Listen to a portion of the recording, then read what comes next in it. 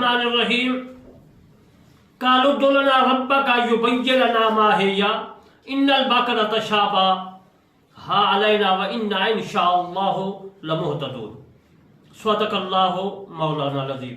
اجل محترم، آج میں آپ کو اپنی تفسیر کرمانی جلد اول سے سورۃ بقرہ کی آیات مبارکہ 70 کا ترجمہ، اس کی تفسیر عرض کروں گا۔ اس سے جو پہلے آیات آئے یعنی 69، اس میں ہے تسر الناظرین۔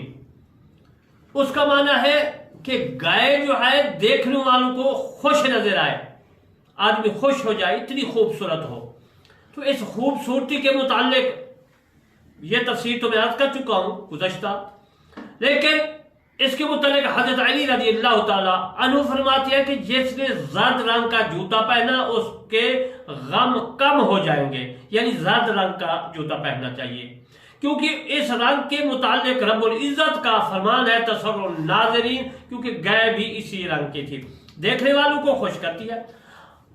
آگے حضرت ابن زبیر رضی اللہ تعالی عنہ اور محمد بن قصر فرماتے ہیں کہ جو جوتا ہے وہ سیاہ رنگ کا ہونا چاہیے۔ حضرت ابن زبیر رضی اللہ تعالی عنہ کا یہی فرمان ہے، اور محمد بن قصر بھی یہی فرماتے ہیں کہ سیاہ رنگ کے جوتے پہننے سے آپ نے منع فرمایا، یعنی سیاہ رنگ کا جوتا نہیں پہننا چاہیے۔ اس کا مطلب یہ ہوتا ہے کہ سیاہ جو رنگ ہوتا ہے یہ غم و علم جو ہے زیادہ کرتا ہے، اور سیاہ رنگ کا ان کے نزدیک جوتا نہیں پہننا چاہیے۔ آگے میں آپ کو عرض کروں گا کہ سیاہ رنگ کا جوتا پہننا چاہیے، یعنی کہ ہر دو قول میں آپ کی خدمت میں اپنی تفسیر کرمانی سے جو ہے عرض کر رہا ہوں، کوئی بھی ہے ایک فرماتا ہے اور پھر دوسرا فرماتا ہے، دونوں میں آپ کی خدمت میں عرض کر دیتا ہوں۔ اب نے فرمایا سیاہ رنگ کا جوتا جو ہے ابن زبیر رضی اللہ تعالیٰ نے فرمایا کہ نہیں پہننا چاہیے۔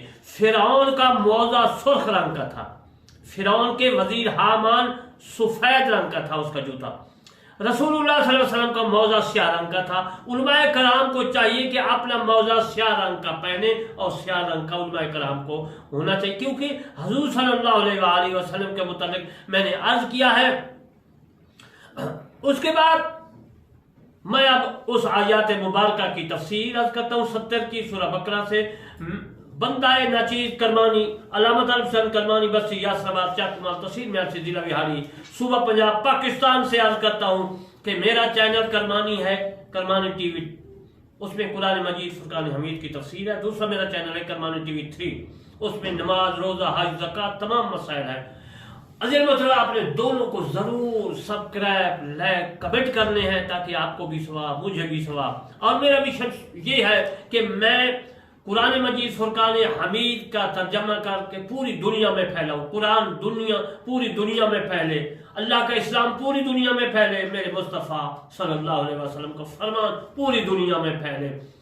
عزیز محترم، اب میں اس آیات مبارکہ کا ترجمہ عرض کرتا ہوں۔ اللہ تبارک و تعالیٰ نے فرمایا کہ بنی اسرائیل بولے، موسیٰ کلیم کو انہوں نے عرض کی، آپ نے رب سے دعا کیجئے کہ ہمیں ہمارے لیے صاف بیان کر دے وہ گائے کیسی ہے، بے شک گایوں میں ہم کو شبہ پڑ گیا، اور اللہ چاہے تو ہم راہ پا جائیں گے۔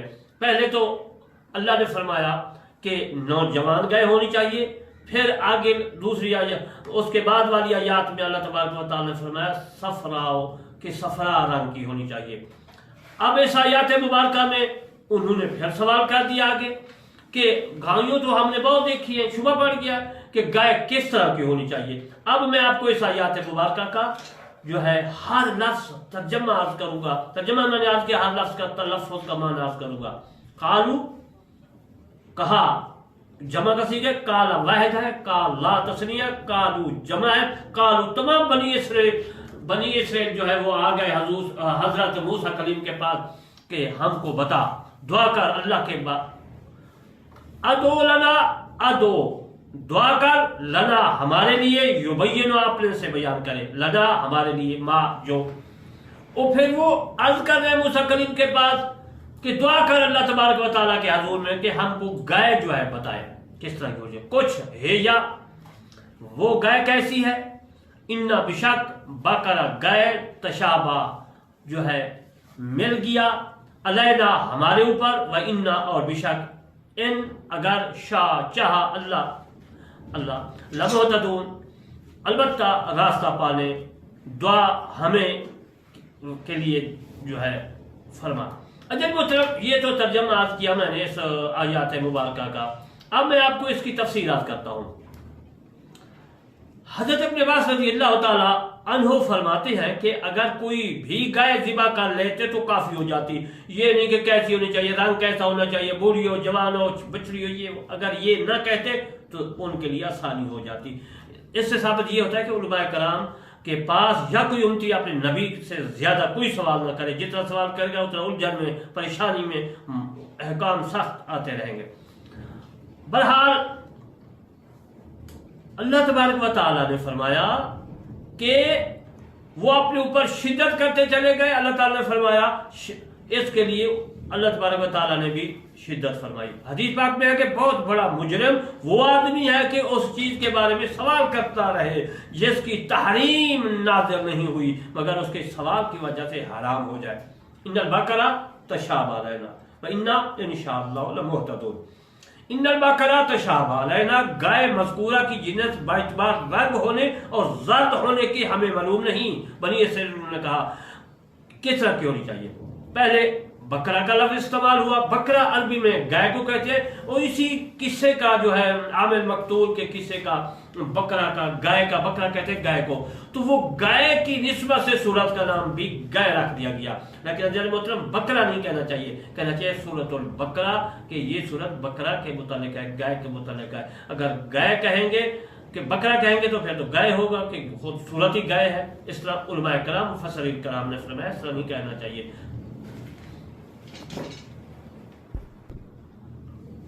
جمع کے حروف اپنے وحش سے کم ہو جائے تو اس سے مذکر اور مؤنث دونوں مراد لینا جائز ہے۔ وَإِنَّا إِنشَاءَ اللَّهُ لَمُهْتَدُونَ، یعنی ہمیں گائے ذبح کرنے کی ہدایت نصب ہو جائے گی۔ حضرت حسن بصری رحمۃ اللہ علیہ حضرت حسن رسول اللہ صلی اللہ علیہ وسلم کے حوالے سے ذکر کرتے ہیں کہ آپ صلی اللہ علیہ وسلم نے فرمایا تمہیں اس ذات اقدس کی جس کے قبضہ میں میری جان ہے، اگر وہ انشاءاللہ نہ کہتے تو ان کے اور گائے کے درمیان پردہ حائل رہتا۔ یہ تفسیر کبیر میں ہے، اور تفسیر کبیر حضرت فخر الدین رازی رحمۃ اللہ علیہ نے لکھی ہے۔ قال انه يقول ان بقرۃ الله تصير الارض ولا تسقي الارض مسلمات لا شيء فيها قالوا لا نجيت بالحق فذبحوا وما كادوا يفعلون۔ یہ 71 آیات ہے سورۃ بقرہ کی۔